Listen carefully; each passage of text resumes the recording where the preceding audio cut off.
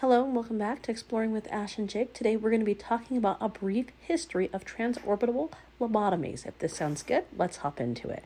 History can be creepy and intriguing.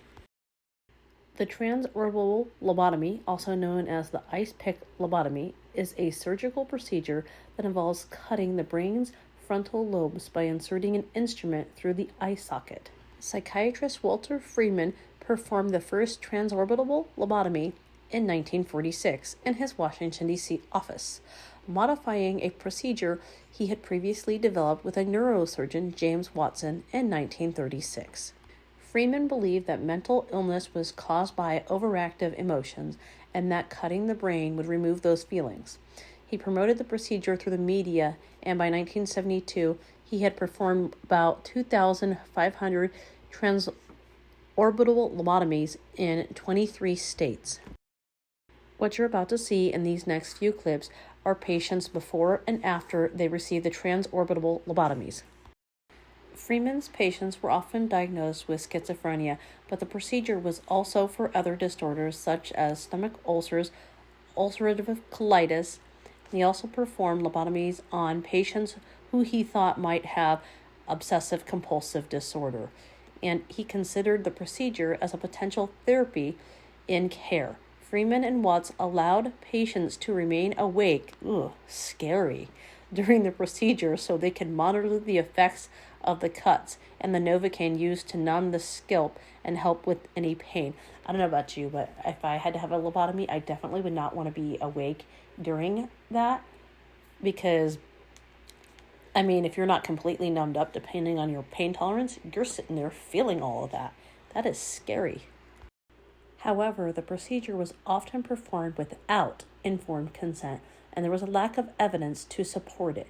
Some say the procedure was based on bad science and that patients were never followed up properly after the operations. In 1950, the development of antipsychotics, and in 1972, the introduction of psychotherapy drugs, chlorozepam, led to a significant decline in the popularity of lobotomies. Today, the procedure is still used and modified for a small number of indications.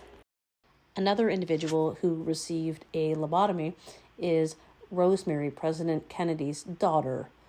It was immediately clear that the operation had drastically failed and Rosemary had lost her ability to walk or talk. Her personality had been forever altered and she was physically disabled. Now, her parents got her this lobotomy because she was different. When I say different, I'm going to read you literally what it says. In her early young adult years, Rosemary Kennedy was becoming increasingly irritable and difficult. In response to these issues, her father arranged a lobotomy on her in 1941. She was 23 years of age.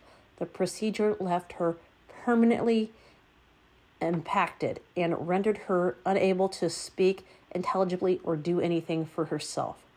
So her parents just went and basically lobotomized her because she was basically being an adult, doing what kids do that transition from kidhood to adulthood, not listening to their parents.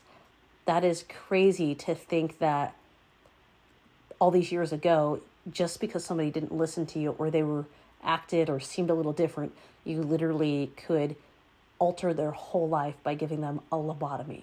That is crazy, and that I'm floored by that. I am so thankful that there are medical policies and procedures in place that this can't happen to people today. Thanks for joining us on Exploring with Ash and Jake. I hope everyone is having a great day.